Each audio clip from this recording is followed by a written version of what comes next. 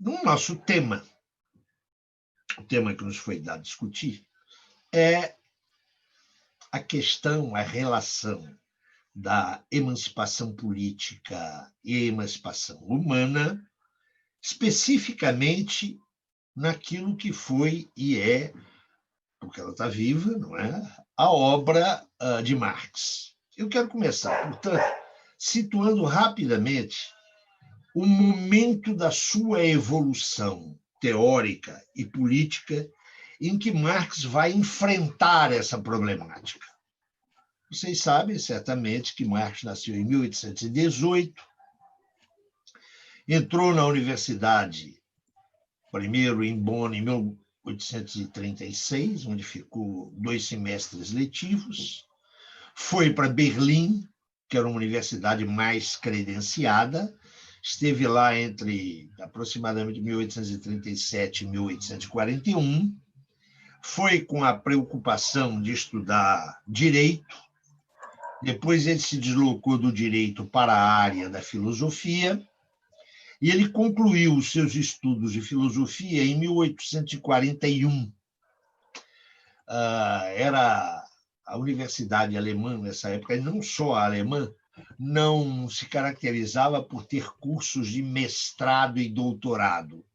Ela qualificava professores.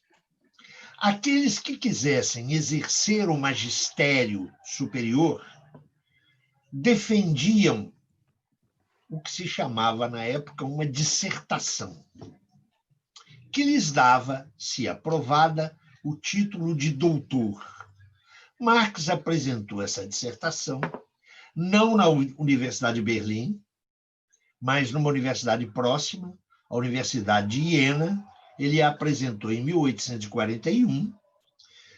A temática que ele escolheu foi a filosofia antiga. Ele fez uma análise nessa dissertação das filosofias da natureza de 2 filósofos antigos. Recebeu o título, portanto, de doutor em filosofia, mas não se preocupem muito com esse doutor, não tem nada a ver com o nosso doutorado hoje, não é? A universidade era muito diferente. Ele se doutora num momento em que o quadro político alemão passa por transformações muito significativas.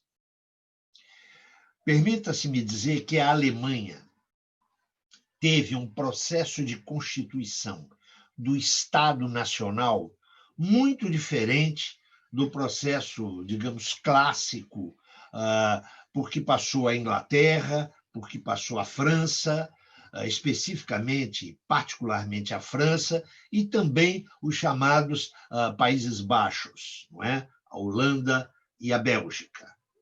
Nestes países, por volta de 1830, estava constituído o Estado Nacional, resultado da Revolução Burguesa, não é? Um ciclo revolucionário multissecular, mas que triunfa na Inglaterra em 1688 e na França em 1700, a partir de 1789, e se consolida mesmo sob Napoleão, a partir de 1799. Isso significa que o Estado moderno, leia-se, o Estado burguês, se constituiu nesses países que eu mencionei de uma maneira que se tornou, digamos, clássica, paradigmática. Ele se constituiu no marco de uma revolução burguesa, ao fim da qual, liquidadas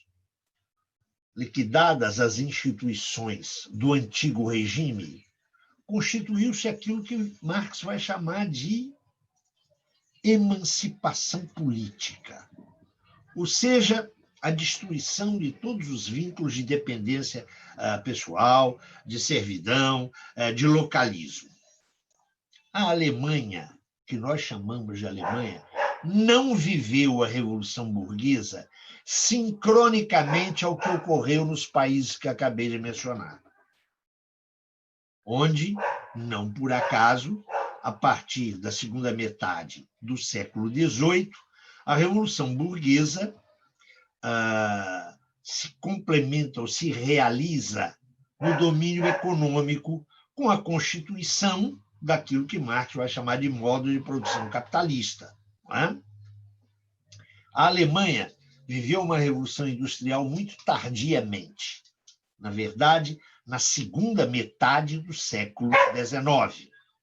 Vocês me perdoem esse ruído estranho que certamente ouviram, mas é que eu tenho um cão, que é um cão muito estudioso, ele está atualmente lendo a Fenomenologia do Espírito, do Hegel, e ele às vezes entra aqui no escritório para fazer alguma consulta. Eu já o dispensei, mas pode ser que ele apareça novamente.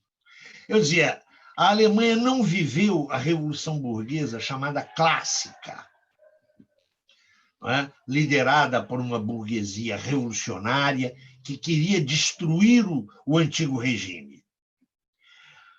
E, por isso, a Alemanha teve um Estado Nacional constituído também tardiamente.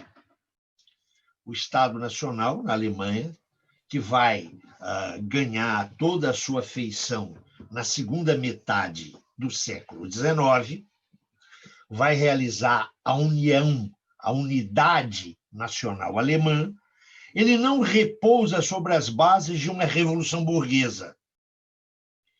Ele foi feito sem uma revolução de natureza popular.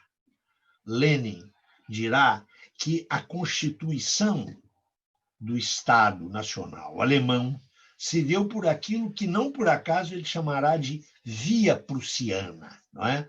Foi uma constituição pelo alto, sem que aquelas conquistas características daquilo que Marx, e não só Marx, vamos chamar de emancipação política, ou seja, a liquidação dos laços de dependência pessoal, de servidão, etc., tivessem se realizado plenamente.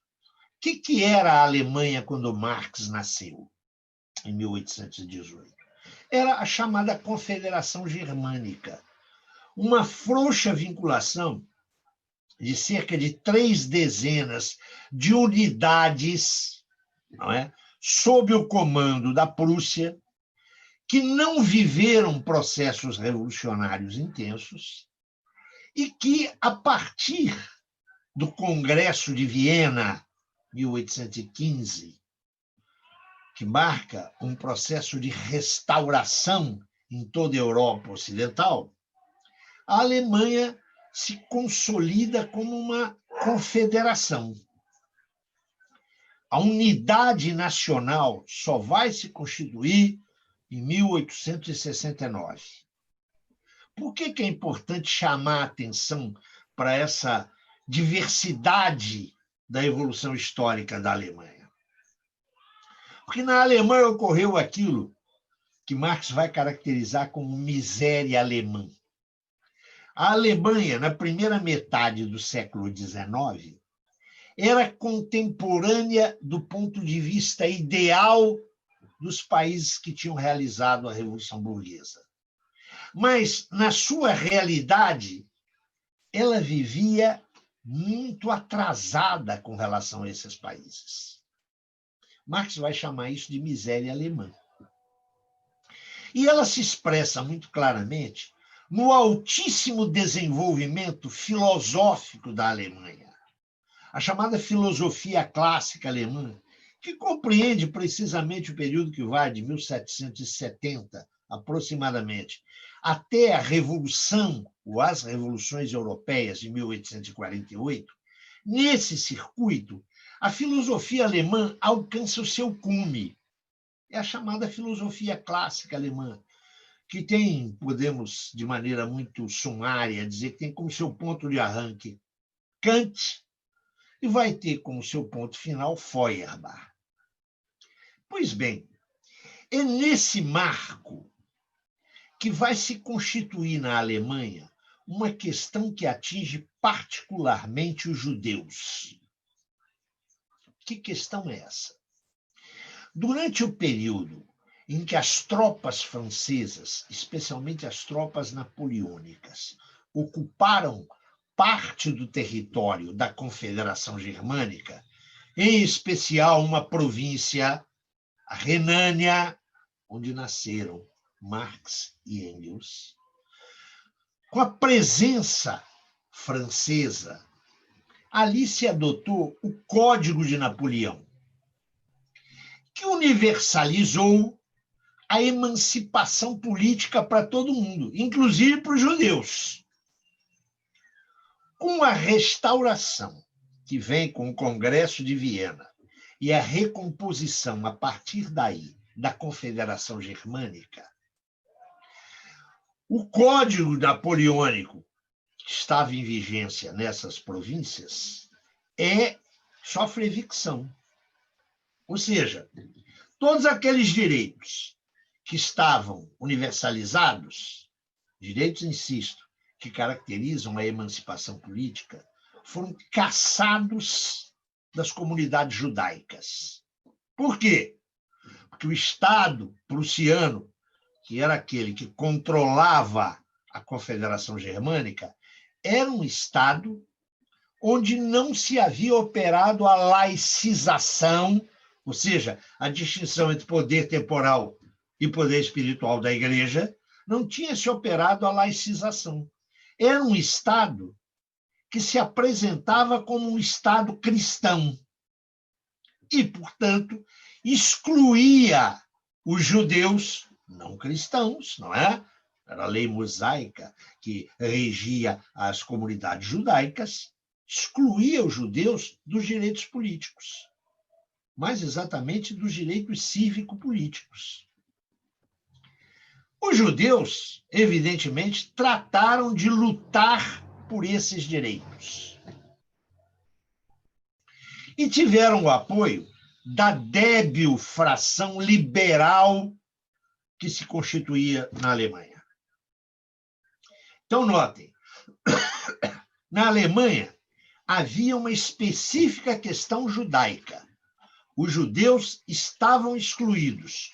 Sob o Estado prussiano e as áreas onde o Estado prussiano exercia sua dominação, os judeus estavam proibidos, por exemplo, de ocupar funções públicas. O debate dessa exclusão dos judeus torna-se muito aceso na entrada dos anos 40. Por volta de 1840, a questão judaica entra no debate teórico. Atenção, só no debate teórico alemão. Eu não sei se eu estou sendo claro até aqui. Posso prosseguir? Bom. Super claro. Pode prosseguir, Zé Paulo. Então, vamos em frente. Marx conclui, como disse, os seus estudos universitários em 1841. Ele já estava secretamente noivo daquela que seria a sua companheira de vida, uma filha da aristocracia, Jenny von. Atentem para o von Festival. Queria casar. O pai dele, Marx, já tinha morrido. O velho morre em 1839, salvo erro meu aqui. Não tenho isso de cabeça. E deixa um pequeno pecúlio para a família. E deixa como responsável por esse pecúlio a mãe de Marx, com quem Marx nunca teve as melhores relações pessoais. Marx tinha com o pai uma relação excelente.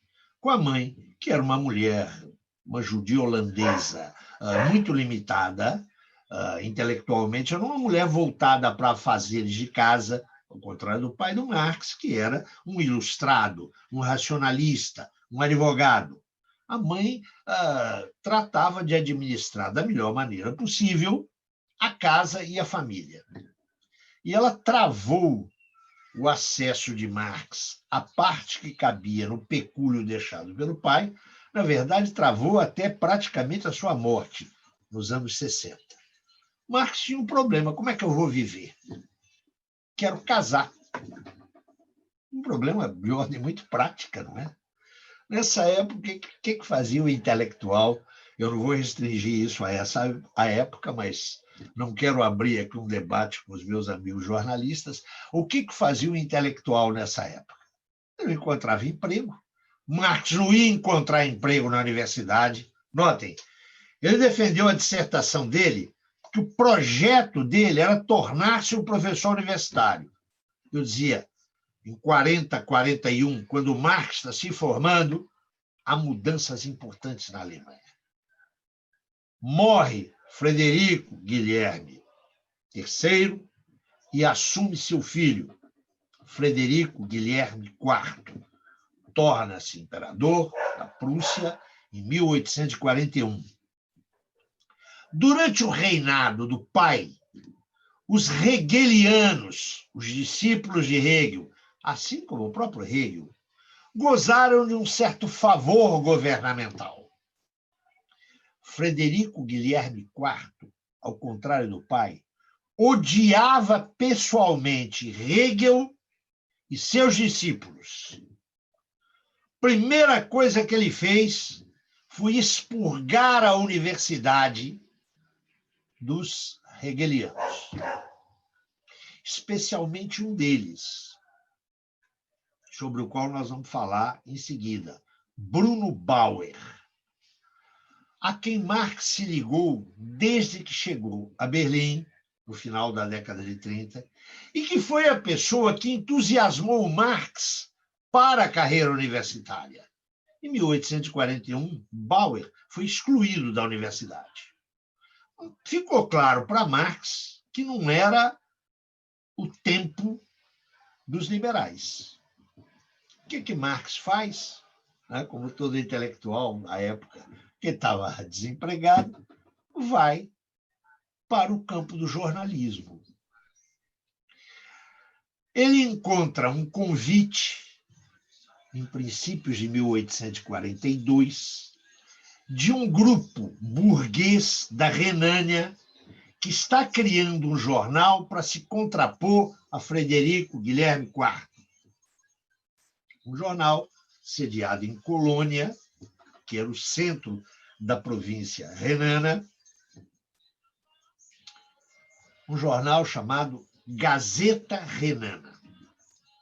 Marx é convidado para escrever no jornal e estreia no jornal, vamos chamar assim, com um artigo, na verdade, uma série de artigos, onde ele se contrapõe claramente a Frederico Guilherme IV e ao regime prussiano, defendendo a liberdade de imprensa. Esses textos, aliás, estão traduzidos, parte deles, aqui no Brasil. Marx, o que era nesse momento? Era um democrata que estava disposto a contribuir com um jornal liberal. Mas atenção, Marx era um democrata. Agora mesmo nós vamos caracterizar a confusão democrática do Marx. Marx não era um liberal. É bom que os jovens se vacinem contra o que está muito em voga nos últimos anos, que é identificar liberalismo com democracia. Entre os liberais, historicamente, houve democratas. Nem todo democrata é um liberal, e muito menos nem todo liberal é um democrata. Estava surgindo na Alemanha um débil movimento liberal. Os promotores desse jornal eram liberais. Convidaram Marx, que faz uma defesa de uma imprensa livre. Os artigos do Marx causam um impacto muito grande, e o jornal, que até então não tinha nenhuma significação, torna-se uma referência de todos os democratas alemães. Eles, então, convidam Marx para assumir a editoria do jornal. Marx se transfere, então, para a Colônia, e entre outubro de 1842 e março de 1843, um breve período, Marx tem a sua experiência jornalística. Ele dirige esse jornal que ganha tanta importância que vai ser proibido em março por Frederico Guilherme IV. Então, de 42 a 43, Marx está no jornalismo, numa posição de defesa de ideias democráticas, contrapondo-se a Frederico Guilherme IV. Em março, com a iminência do fechamento do jornal, Marx renuncia a seu cargo no jornal. Ele reuniu uns trocados, ganhou algum dinheiro trabalhando no jornal e resolve que tem condições de se casar. E por quê? Porque, juntamente com um outro intelectual chamado Arnold Ruge, escreve-se Ruge, um sujeito um pouquinho mais velho que Marx, nasceu em 1802 e vai morrer em 1880. Ruge era um liberal.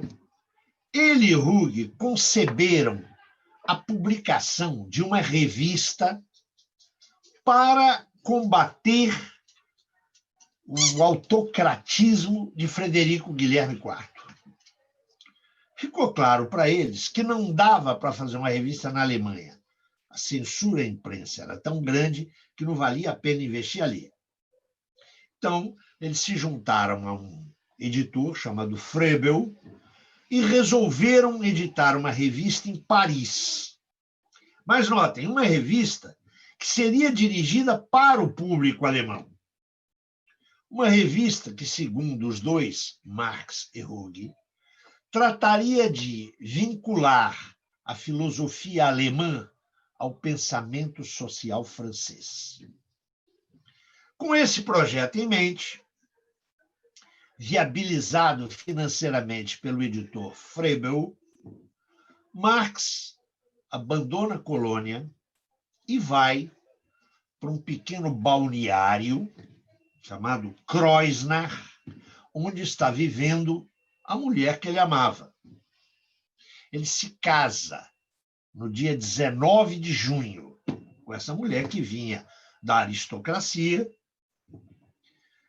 Era um casamento meio maluco, não é? Atenção.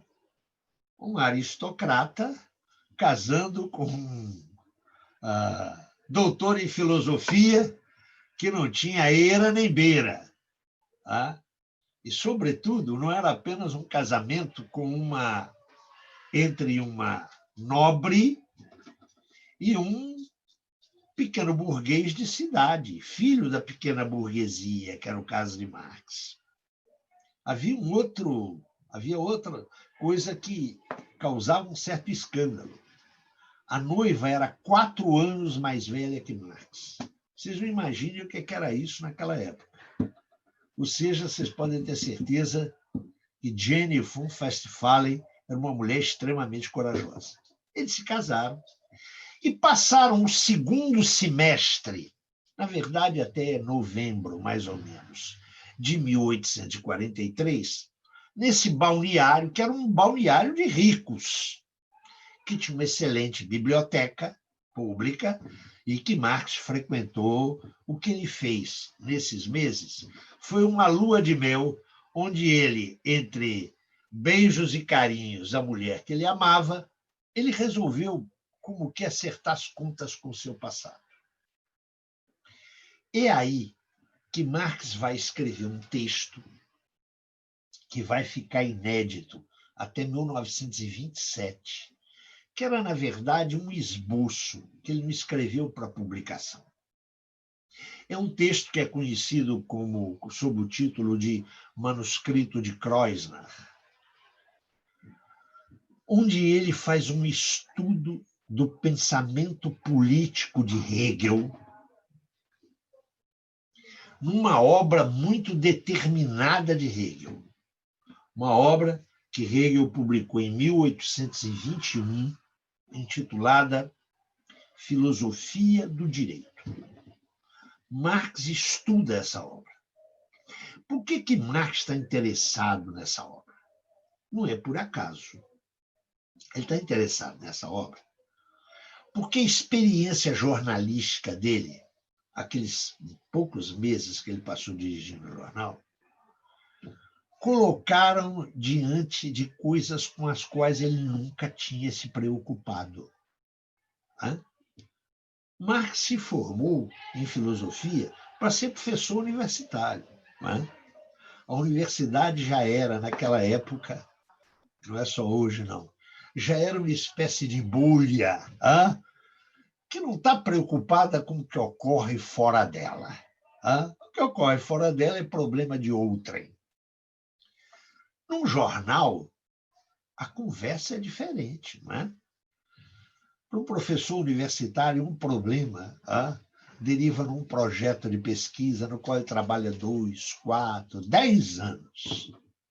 Para quem está dirigindo um jornal político, as respostas têm que ser al tiro, na hora. Sobretudo naquela época em que o jornalismo era pouco informativo, era muito formativo. E Marx estava fazendo jornalismo político. Ele se defrontou com o quê? Com a situação dos agricultores vinhateiros do Vale do Mosel. Ele se confrontou com uma legislação que impedia os camponeses de recolher lenha.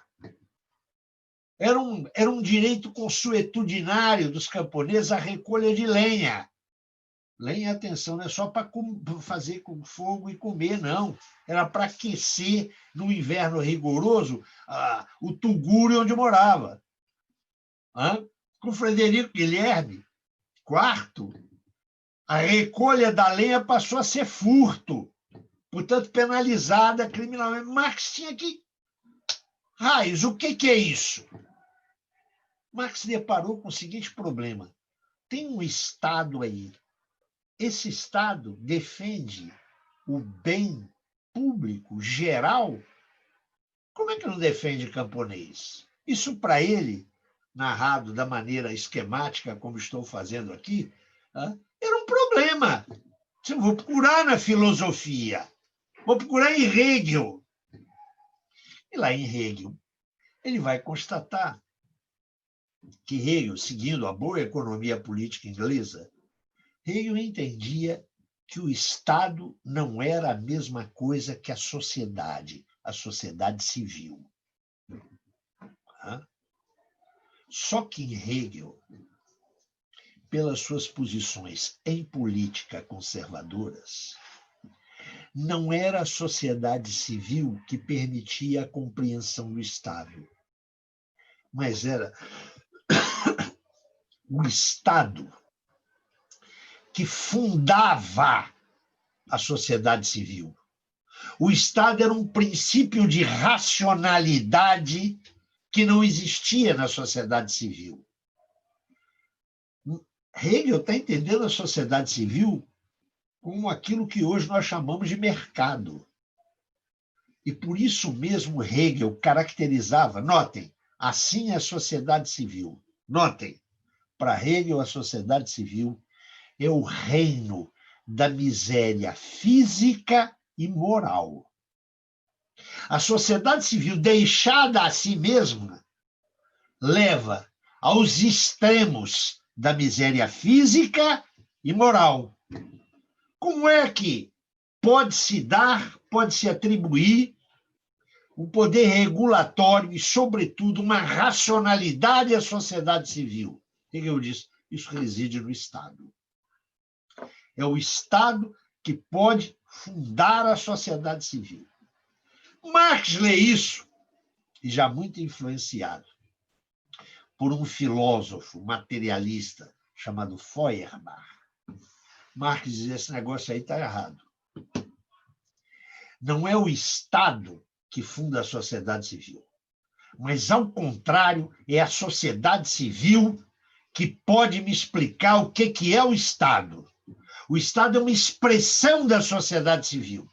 Para compreender o Estado, eu tenho que compreender a sociedade civil.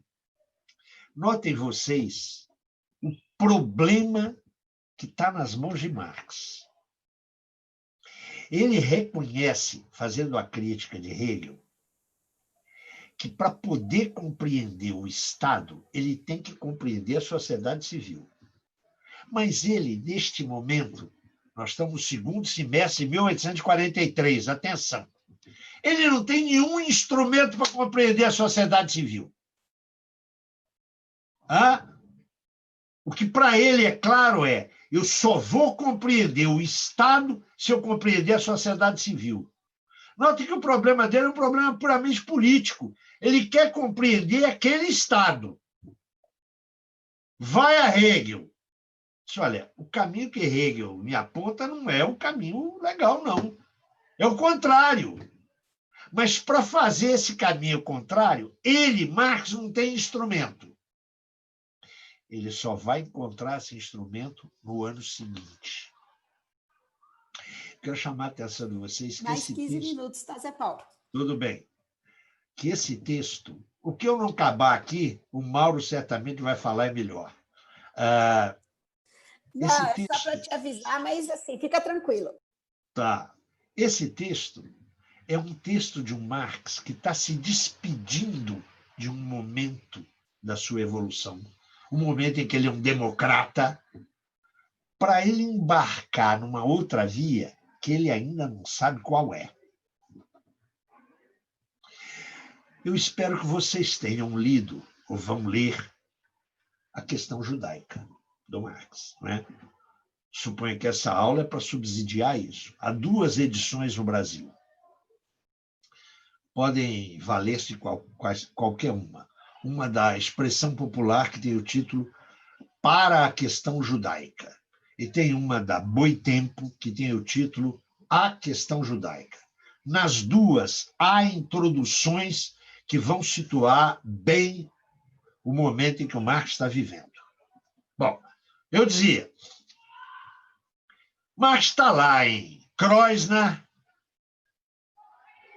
estudando Hegel, percebendo que o caminho de Hegel não é o mais legal, não é o mais fecundo. Ele não está aceitando a formulação de Hegel.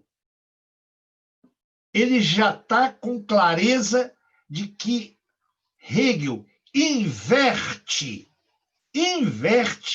os termos da equação. Ele tem clareza disso. Mas ele não sabe como ele, Marx, recusando a alternativa caminho de Hegel, como é que ele vai equacionar isso? É neste momento, precisamente, que chega às mãos de Marx, 2 textos do Bruno Bauer, aquele fulano a quem ele foi muito ligado desde que chegou a Berlim, de quem ele se aproximou, tornaram-se amigos, e que foi excluído da universidade em 41. Bauer se propõe a pensar a questão judaica e escreve 2 artigos. Um deles intitulado A Questão Judaica, que ele publica em 1842, e um outro que ele publica em 1843 com o título, veja o título, A Capacidade dos Judeus e dos Cristãos Modernos para se tornarem livres. Nem judeus nem cristãos modernos, segundo o Bauer, estão livres. O Marx lê esses 2 textos e se põe claramente contra a posição política que deles decorre e contra os seus fundamentos. Ele vai romper a relação intelectual forte que ele tinha com Bruno Bauer alguns anos depois. A ruptura vai aparecer em 1845, 1846. Em livros que ele escreve com Engels. Em 1845, A Sagrada Família, e em 1845, 46, a ideologia alemã. Aí, Marx rompe e faz uma crítica muito dura às ideias de Bauer. Eu quero abrir um parênteses aqui para vocês verem como é que os homens dessa época eram diferentes. Há uma ruptura entre os 2 e Marx é duríssimo com Bauer. Não é duro, não. é duríssimo com Bauer. Mas isso não rompeu a amizade deles, não. Cerca de 20 e tantos anos depois, quando Marx está exilado em Londres, Bauer passa uma temporada em Londres e Marx o procura e mantém com ele relações pessoais cordiais. Olha como Marx e os homens dessa época distinguiam com clareza a batalha das ideias de desafetos pessoais. Marx lê esses dois artigos do Bauer e diz: aqui há erros. E o que ele faz? Ele escreve um ensaio, notem que são dois artigos do Bauer, um de 42, outro de 43. Ele escreve um ensaio que é uma espécie de uma recensão crítica. É uma resenha crítica desses dois textos do Bauer. E dá a esse ensaio o título de Para a Questão Judaica, ou Sobre a Questão Judaica, ou simplesmente A Questão Judaica. Note, isso não foi um livro que o Marx escreveu. Foram dois ensaios que ele escreveu lá em Kreuznach, porque ele já estava indo para Paris para produzir aquela revista que eu mencionei antes, junto com o Arnold Hug.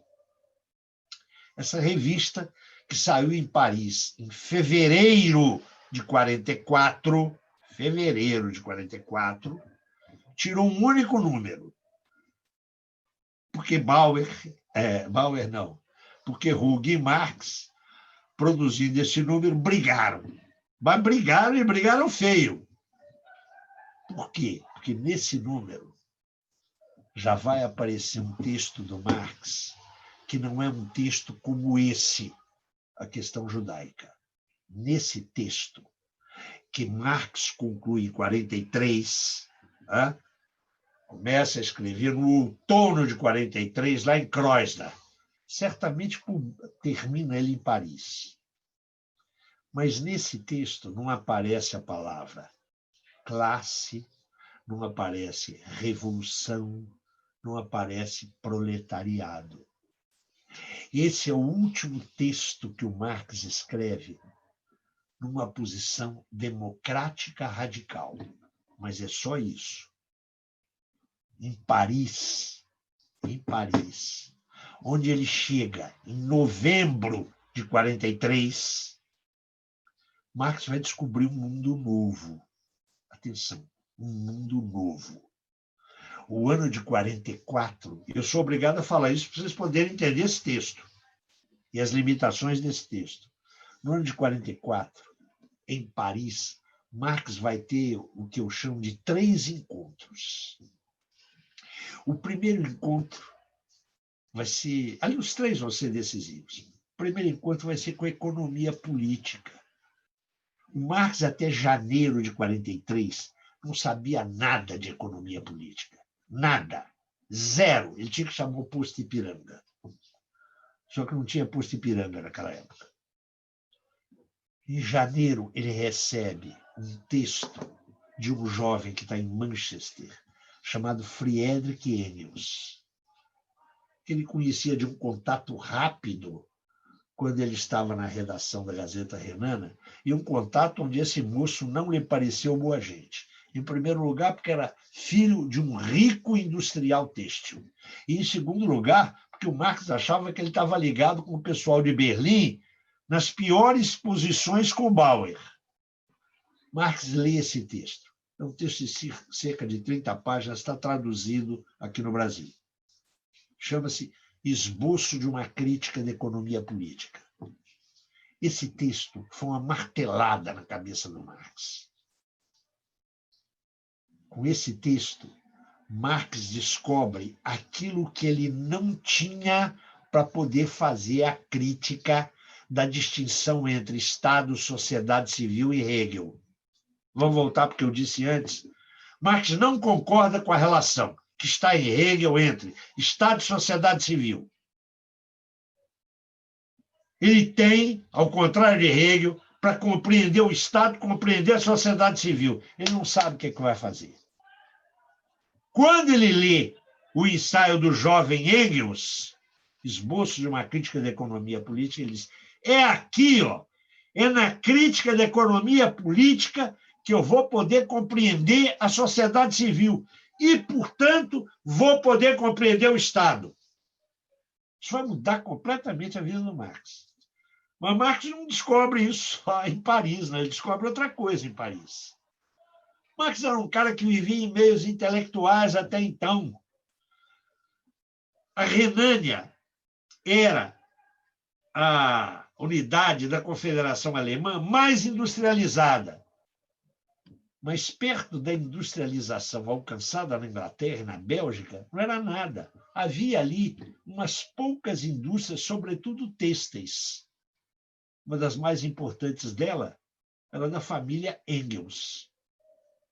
Marx não tinha a menor ideia do que era trabalhador. Trabalhador, para ele, era o que é para alguns intelectuais contemporâneos. É uma categoria abstrata. Em Paris, ele começa a conviver com artesãos e operários, vai às suas reuniões, participa de manifestações. Ele encontra pela primeira vez proletário de carne e osso. Em Paris, Marx encontra a classe operária. E aí ele vai estabelecer com ela uma relação que vai ser uma relação determinante para a sua teoria e para a sua vida. É o segundo encontro do Marx. O primeiro é com a economia política. O terceiro, que vai se dar em agosto, setembro, portanto, no verão ainda, parisiense, vai ser com Engels, que está voltando da Inglaterra e passa em Paris para conversar com Marx. Por quê? Porque o artigo dele, que ele mandou, esboço, saiu na revista que o Marx então dirigia. Quero conhecer. Vamos ver quem é esse cara.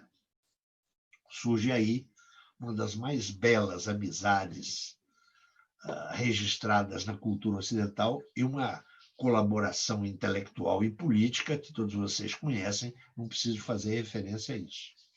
Quando Marx está lá em Kreuznach,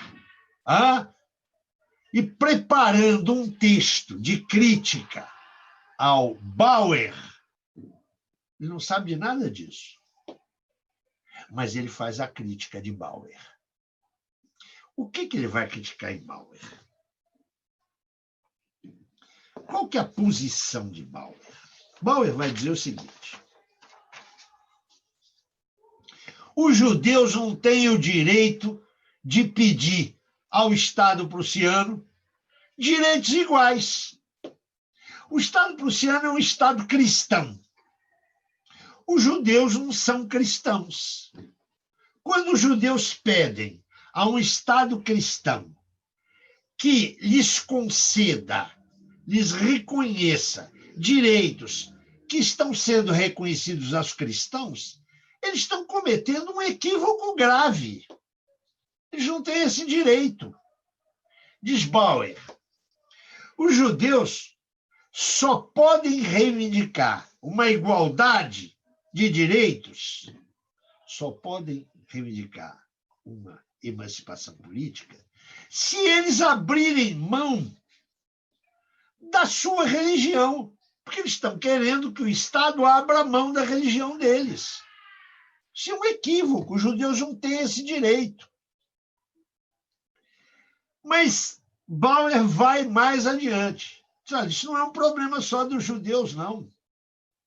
Isso é também um problema dos cristãos. Porque não é possível conceber um Estado moderno que seja religioso. O que Bauer pede, então? Para que haja emancipação, agora, por favor, atenção, para que haja emancipação, tanto judeus quanto cristãos têm que abrir mão das suas convicções religiosas. No fundo, o que o Bauer está dizendo? A religião, qualquer que seja ela, é uma alienação. Ninguém alienado pode ser emancipado. Então, judeus e cristãos, em qualquer estado, atenção, em qualquer estado, Na medida em que eles estão alienados religiosamente, eles se manterão alienados qualquer que seja o Estado. Notem que coisa curiosa. Há duas dimensões na posição de Bauer. A primeira dimensão é que ele está dizendo para os judeus, olha, a luta de vocês é uma luta inútil. Mas há uma segunda dimensão. Quando ele diz que essa luta é inútil, ele está contribuindo para a consolidação do Estado prussiano, que, em princípio, ele diz combater. Marx diz, olha, esse negócio aí está errado. E está errado por quê?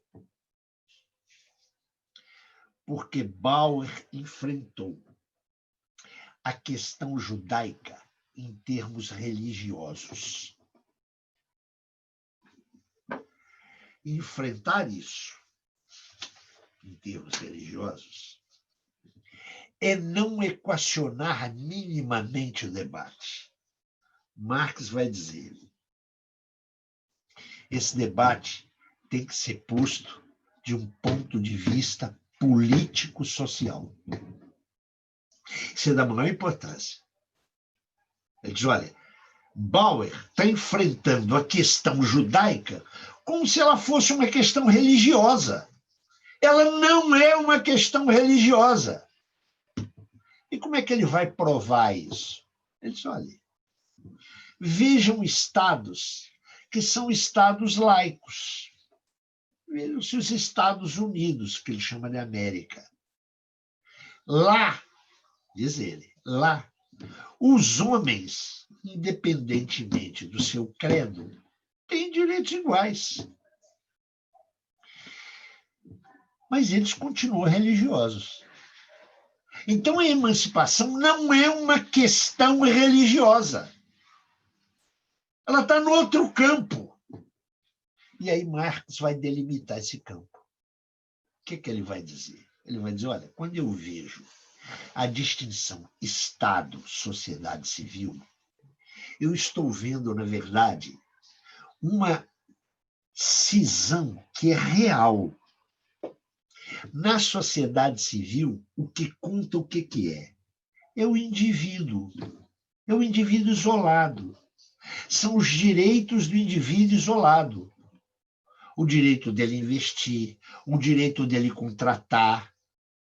Ele não tem dependência, servidão, nada disso.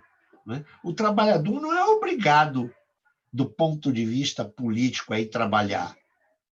Ele vai aceitar um salário através de um contrato. Isso é liberdade política, diz nosso amigo Marx. Mas o Estado não enfrenta os homens na sua condição real, empírica. Os enfrenta os considera enquanto pessoas morais, enquanto homens abstratos. Note que há uma clara distinção. Empiricamente, os indivíduos são burgueses. Eles têm direitos. Direitos concretos, o direito à propriedade, o direito a contratar, o direito a deslocar-se. Mas para o Estado, eles são pessoas morais, eles são todos iguais perante a lei. Trata-se, note, de uma cisão que é real, a qual nós todos estamos submetidos. Nós todos hoje estamos submetidos a isso.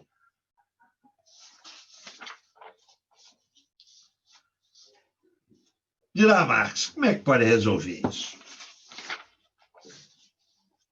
Antes de dizer como é que pode resolver, ele vai introduzir um elemento que é novo no debate, para o qual um contemporâneo deles já estava desperto, um sujeito chamado Moses Hess, que era mais velho que todos eles. Nasceu em 1802 e morreu nos anos 50. Esse Moses Hess era um judeu extremamente talentoso, e que antes de Marx e antes de Engels tornou-se comunista. Marx não inventou o comunismo, não, viu, gente? Já tinha comunista antes dele. Nem Engels. Foi esse Moses Hess, que foi muito próximo de Engels, mais próximo de Engels do que de Marx, diga-se passagem, que levou Engels para o caminho do comunismo. Esse cara estava discutindo o dinheiro, o papel do dinheiro. No fundo dessa discussão, estava, na cabeça do Marx, não apenas a alienação política, mas a alienação religiosa, não é? Agora, para poder entender como é que funciona a ordem do burguês, tem que entrar o dinheiro. Pela primeira vez, nesse ensaio que o Marx escreve contra Bauer, ele põe o problema do dinheiro. Numa sociedade onde o dinheiro tem um poder dominante, note que ele não fala o capital, por favor. Esse Marx aí ainda não estudou nada de economia política, fala o dinheiro. Onde tem dinheiro, ninguém é livre. Ninguém. Eu já devo estar acabando, eu quero só mais 5 minutos. Marx vai dizer... nos próximos 5. Marx vai dizer, onde o dinheiro é dominante, ninguém é emancipado. Ou melhor, há um tipo de emancipação, que é a emancipação que ele chama de política, e que é, para os liberais, a emancipação. Marx vai dizer, olha, essa é uma emancipação limitada. Ela não é a emancipação humana, que implica a abolição de todas as alienações, inclusive a alienação que se expressa no dinheiro. O que o Marx que ele está concluindo? Ele está concluindo que, sob a ordem burguesa, a emancipação possível é uma emancipação limitada. É o que ele chama de emancipação política. Atenção, que ele acha muito importante. É uma conquista da Revolução Francesa, da Revolução Burguesa, mas é perfeitamente compatível com uma sociedade alienada. Olha lá para os Estados Unidos, que ele chama de América. Os caras estão emancipados politicamente e não estão emancipados humanamente. A emancipação humana só vai ocorrer, diz Marx, quando a cisão entre cidadão e indivíduo for superada. Ele não tem a menor ideia de como é que isso vai ser alcançado. Aí ele vai dizer, olha, quando os indivíduos singulares submeterem a seu controle os poderes alienados, como o Estado, atenção, como o Estado, aí então os homens poderão ser humanamente emancipados. Antes disso, não. Eu queria só remarcar, antes de dizer o que é final para mim, por que esse texto é importante na trajetória do Marx. Esse texto é muito importante porque ele mostra que Marx está dando 3 passos aí. Primeiro passo que Marx está dando.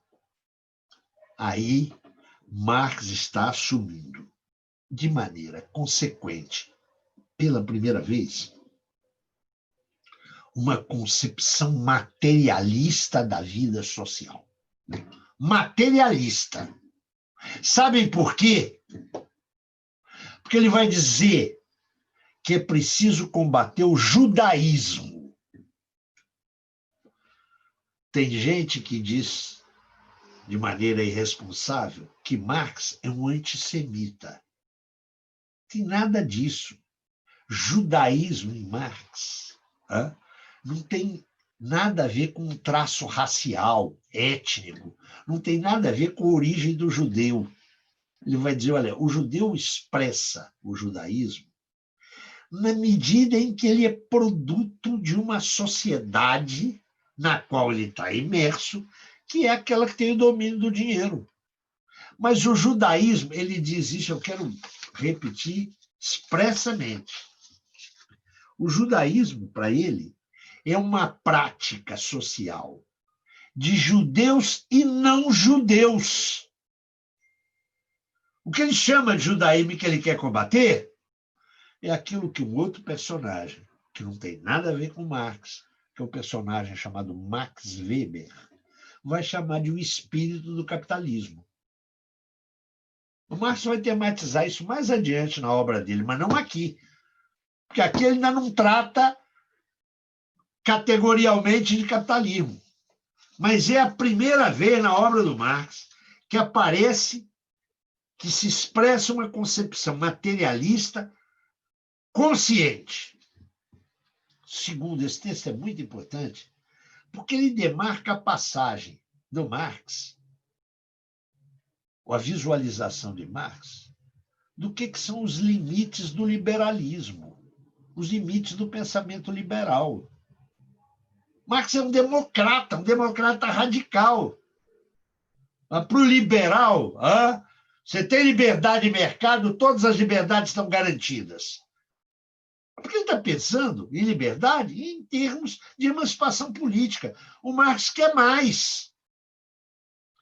E é claro que esse texto mostra, de maneira inequívoca, que Marx está trazendo uma discussão que é posta por Bauer como uma questão religiosa. Ele está dizendo que ela só é possível de ser equacionada se eu levo em conta as determinações sociopolíticas.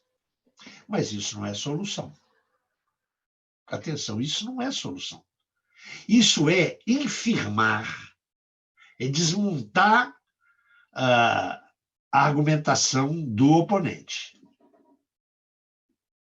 É só quando Marx conseguir alcançar um instrumental analítico que lhe é fornecido pela crítica da economia política, que ele vai poder equacionar a relação de fundo entre sociedade civil e Estado.